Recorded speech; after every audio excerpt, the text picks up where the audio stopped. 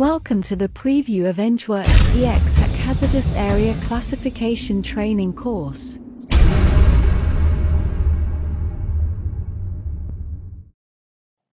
Before we begin, let's discuss the difference between the zone and the division system of classification and where the two systems are used. The division system is a legacy classification system that originated in the U.S. and is used extensively in the U.S. It is referenced in Article 500 of the National Electrical Code, which describes the safety standards for equipment and wiring methods in hazardous locations. The division system is also used in Canada in many older legacy facilities.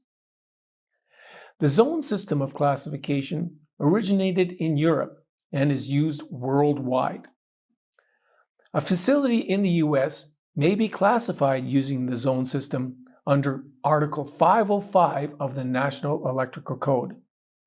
It is also possible to reclassify division-based facilities using the zone system if desired. The decision to use the division or the zone system of classification is entirely up to the end user. In Canada, all facilities constructed after 1998 are required to use the zone system of classification.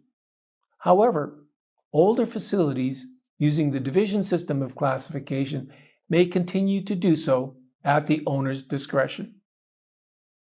To enroll, visit EngWorks.ca.